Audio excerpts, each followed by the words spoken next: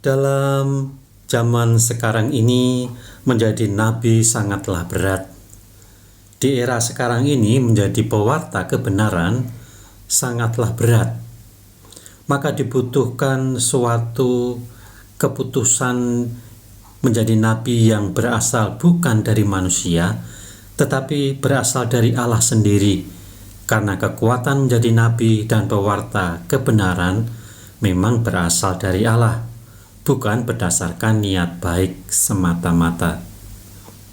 Maka mari kita melihat pengalaman asal-usul kenabian yang berasal dari kebijaksanaan Allah, bukan berdasarkan kebijaksanaan manusiawi belaka. Dalam pengalaman Lukas, ketika Yesus ada di sebuah rumah orang Farisi, Yesus berkata, "Celakalah kalian sebab kalian membangun makam para nabi, padahal nenek moyangmu lah yang telah membunuh mereka.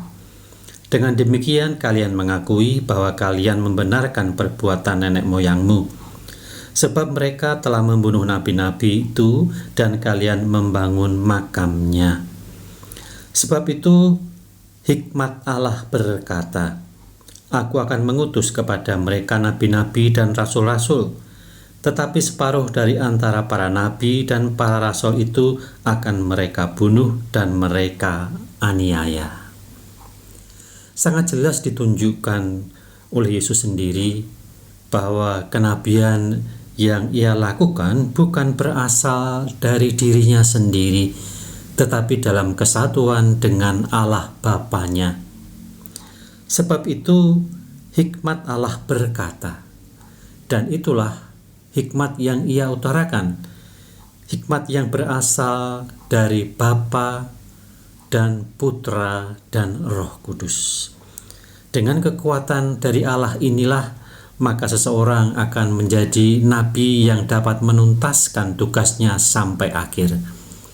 Apabila manusia hanya mengandalkan kekuatannya sendiri dalam menjadi pewarta kebenaran atau mengungkapkan warta kenabian di zaman sekarang ini, mereka akan frustrasi karena begitu beratnya tantangan zaman ini.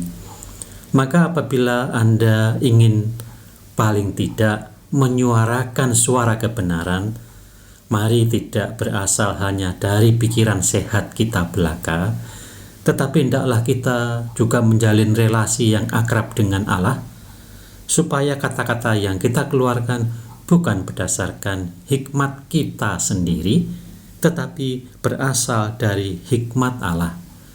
Biarlah Allah menggerakkan kita menjadi pewarta kebenaran, bukan karena kehendak baik semata, tetapi juga karena dorongan Roh Allah sendiri. Amin.